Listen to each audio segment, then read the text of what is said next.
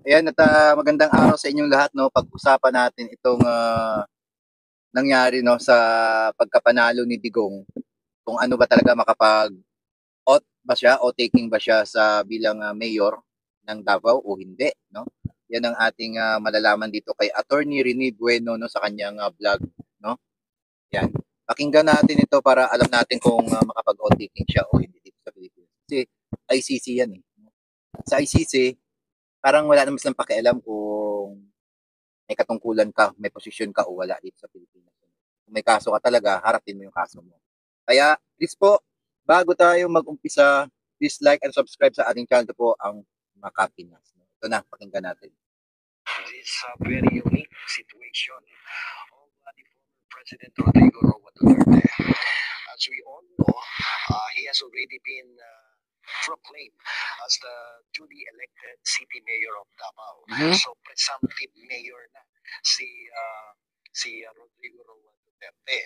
But there are several questions na inire-raise ngayon regarding his ability to assume office as the city mayor of Davao. Because at present, si former President Duterte, he is presently detained dyan sa International Criminal Yun, ang Court problema sa dyan. Netherlands.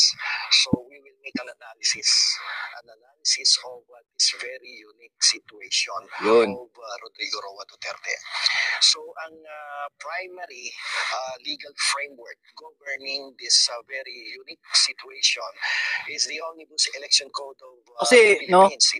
alamin lang natin ito kasi sila may mga alam sila dyan tungkol sa mabatas na yan dahil sila ay mga attorney. Tayo ay makikinig lang at kunting comment lang tayo dito kung ano masasabi din natin dito. Sila ay mga attorney, no? Sila yung may mga alam at sila yung mas malapit sa gobyerno, no? Sila yung may mga marites dyan sa loob ng kung anong nalalaman nila, masasabi nila kaagad sa atin. Ano? Tinatawag na Batas Pambansa 881.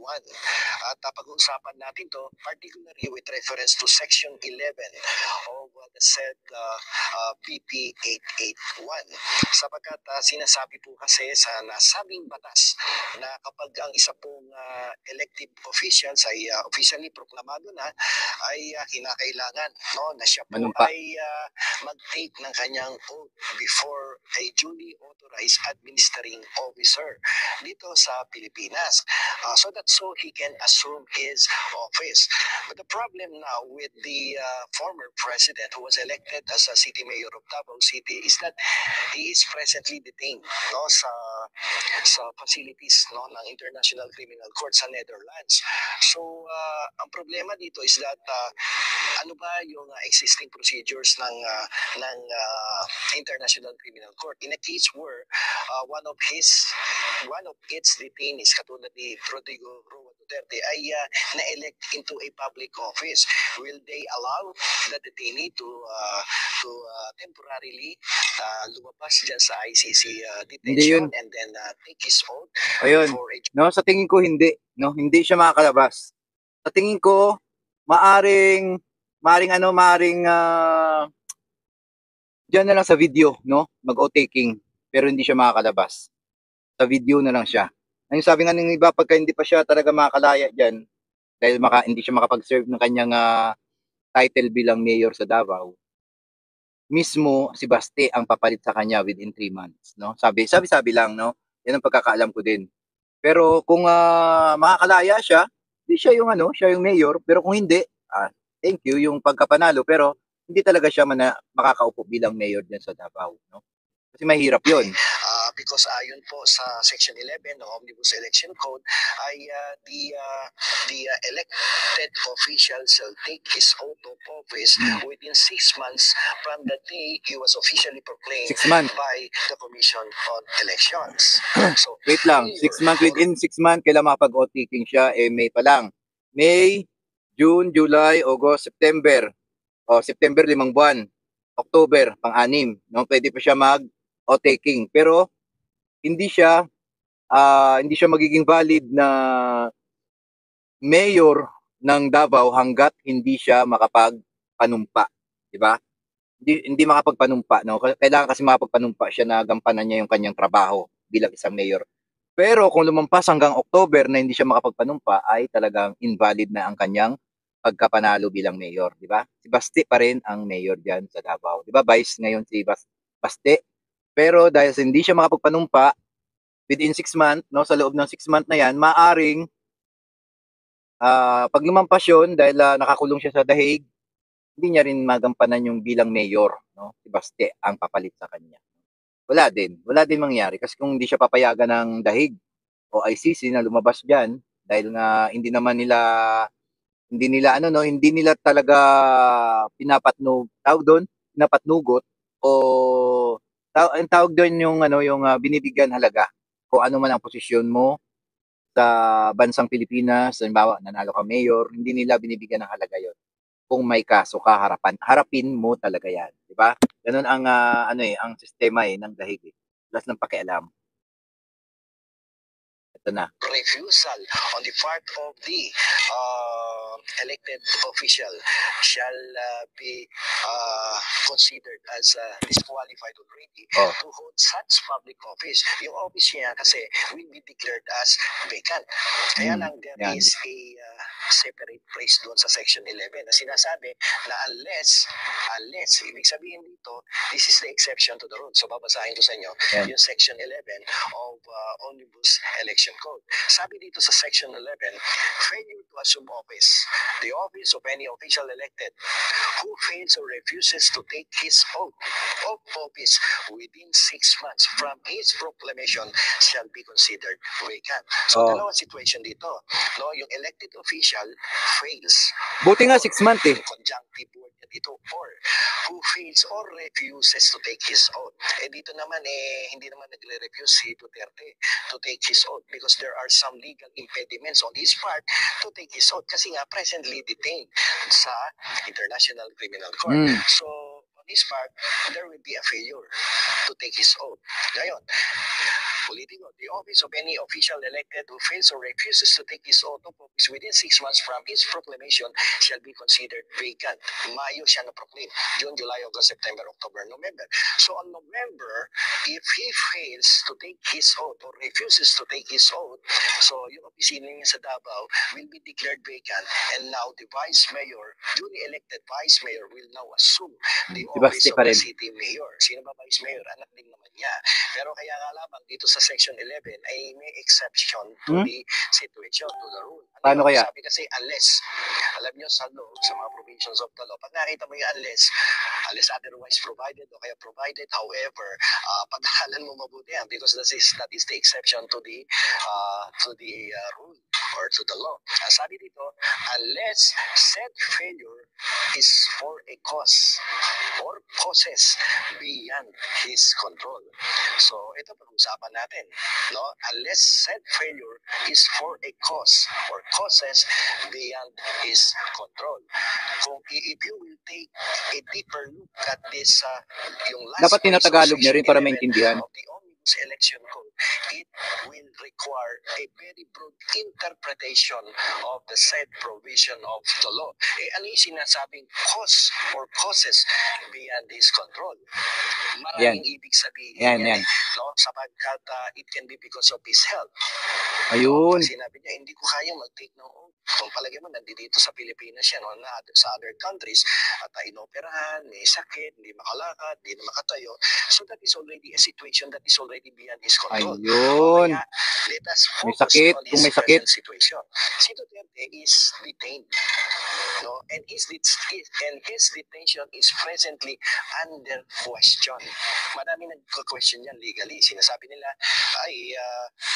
hindi sumunod sa due process eh. Kino-question nila yung detention ni Duterte. On the part of the lawyers ni Duterte, kino-question nila. Sabi nila wala daw legal basis for the detention of the former president because there was no observance of due process, no blah blah blah, article blah blah blah sa ICC rules at saka pati dito sa existing laws dito sa atin sa Pilipinas. So although Ang sasabihin kasi dito ng mga ng mga abogado definitely ni Duterte is the fact na hindi pwedeng hindi niya kayang mag-take ng oath of office sa Hague because the possibility is very remote for the ICC to allow Duterte to move out of the detention cell, go to the Philippine Embassy or go back to the Philippines, secure or grant a temporary release para makapag-vote sa Pilipinas. So yung interpretation nito will now be dependent on how the Commission on Elections will interpret this particular provision of the Omnibus Election Ito, Code. kung papayagan sila ng The Hague o ICC na makapagpanumpa si Duterte.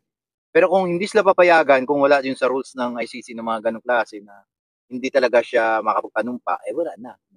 Kasi sabi niya hanggang November, bilang ko nga October lang. Kasi simula nung May, June, July, August, September, October o 6 na buwan lang. October, di ba? Hindi nakasama dapat ang November, mali yung bilang niya.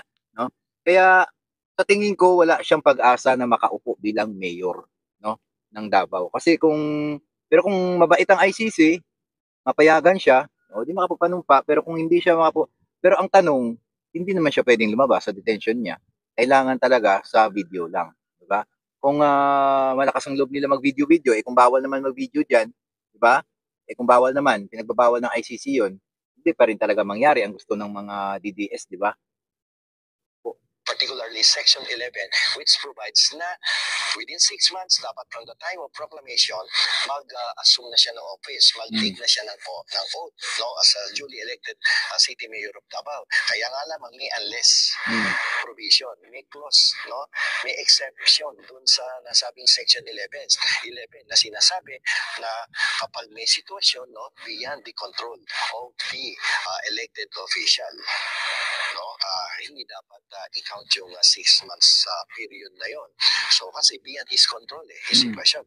And in this situation of Rodrigo Roa Duterte, that is already beyond his control. Even though definitely he would like to take his oath of office as city mayor, duly elected city mayor of Davao, but the legal situation will prevent him from taking his oath. Definitely, the Philippine government will not cooperate kasi kalaban yan. Definitely, wala talaga siyang kakampi sa gobyerno, Ibig sabihin, kinalaban niya si Bongbong Marcos, 'di ba? Sinasabihan niya ng mga bangag kung ano, 'di ba? May presidente tayong bangag, tapos sila pala nagbebenta sila ng drugs. 'Di ba? Sila yung mastermind, 'di ba? Dapat hindi dapat kasi hindi na siya sumali. Tapos na rin siya maging presidente, bakit sumasali-sali pa siya sa mga awayan ng mga anak niya, 'di ba? Dapat pinabayaan niya na 'yun sa anak niya. Hindi na siya sumali na magsalita ng mga bangag-bangag, 'di ba? Kasi ano 'yun parang paninira na rin yun, paninirang puri na rin kay Presidente Marcos. Kahit hindi man yan totoo.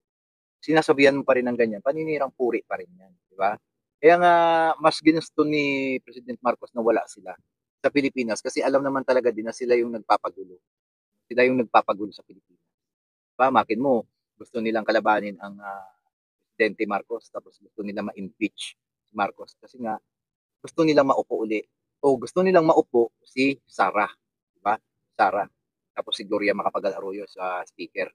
Ba hindi naman talaga pwede kasi merong presidente na malakas. Dapat lang talaga diyan maging matapang lang talaga si PBBM na wag siya magpapatalo dito sa mga Duterte. Kasi nga ginawa na niyang hindi pansinin ang na hindi patulan, di ba? Ang ginawa niya na lang, hindi na siya nakialam si PBBM, pinabayaan niya na lang sa iba. So ayan, si Son Trillanes naman ang nagpakulong sa kanya kung totoo. Wala pang president dito or president, wala pang previous cases, na ganito ang sitwasyon na katulad ng kay Rodrigo Roa Duterte na ang isang politiko na halal sa isang public office may kasalanan kailangan mag-take ng kanyang oath upang mahirapan makapag-assume siya as a duly elected city mayor or senator or congressman or even vice or president of one particular country. This is the first time that ICC will be encountering a very unique situation such as this case of walang pakialam ang ICC sa kanya.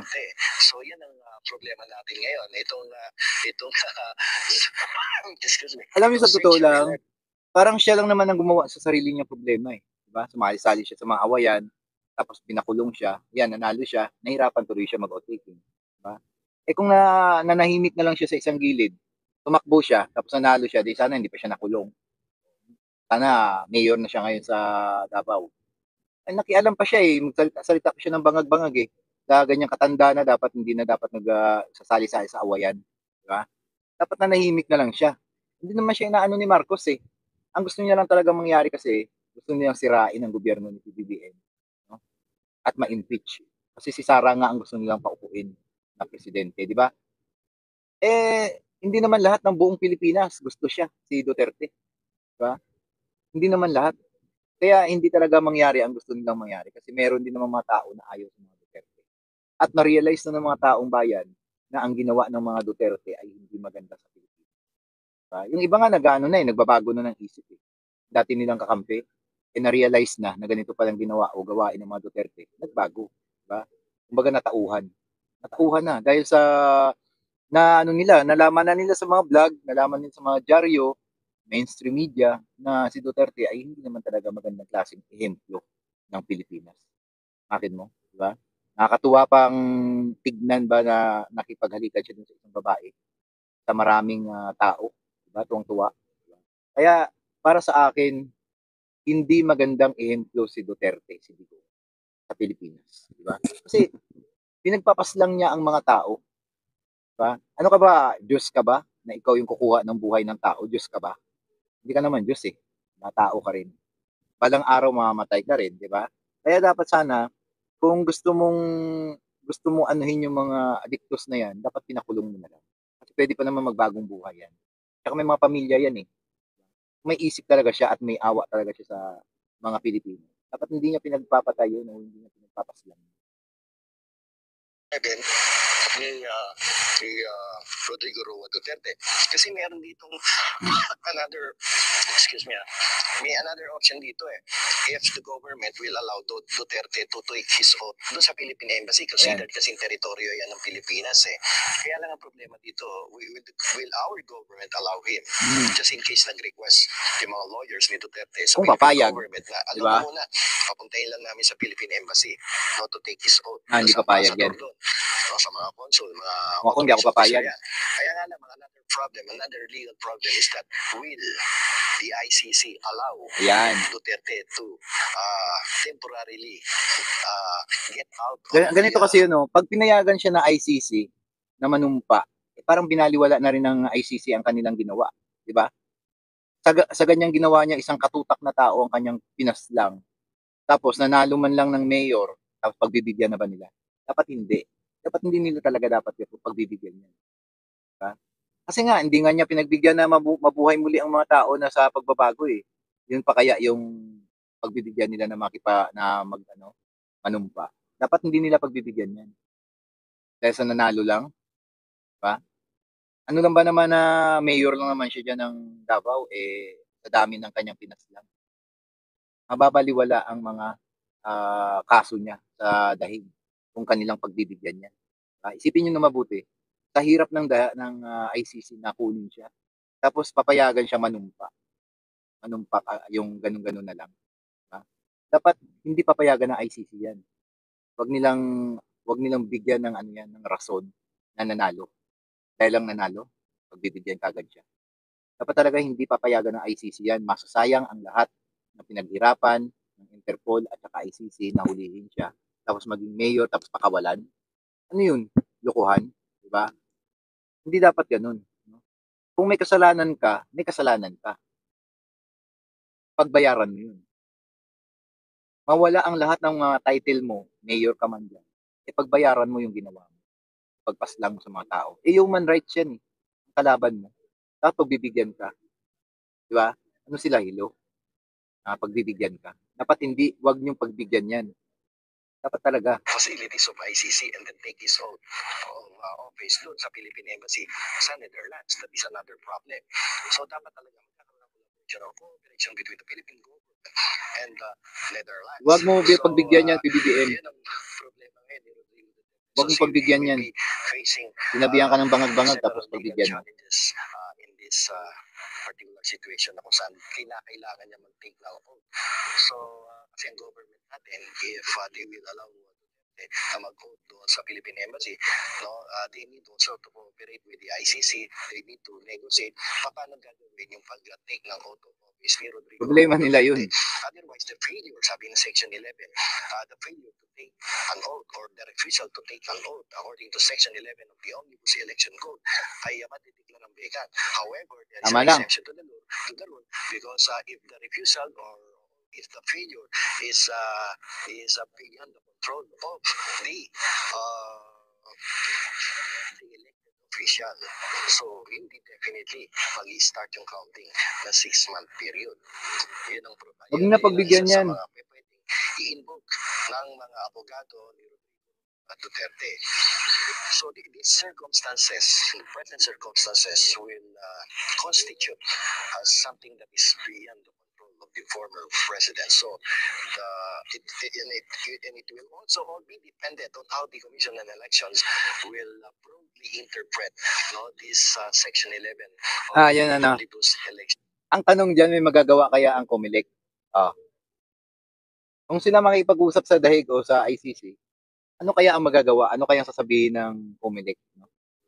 Sa tingin nyo, may pakialam. Kung may pakialam yan si Garcia, yung chairman ng COMELEC. Ibig sabihin, kung makikialam siya dyan, ibig sabihin, pumapanig siya sa mga Duterte. Diba? Dapat hindi siya makikialam dyan, si Garcia. Kasi malalaman niya ng tao pagka pinakialaman niya yan. No? Bahala na ang kampo ni Duterte na maghanap ng paraan dyan sa panunumpa. Dapat ang COMELEC hindi dapat nakikialam dyan. Diba? Mag-antay sila kung kailan manumpa si Digong.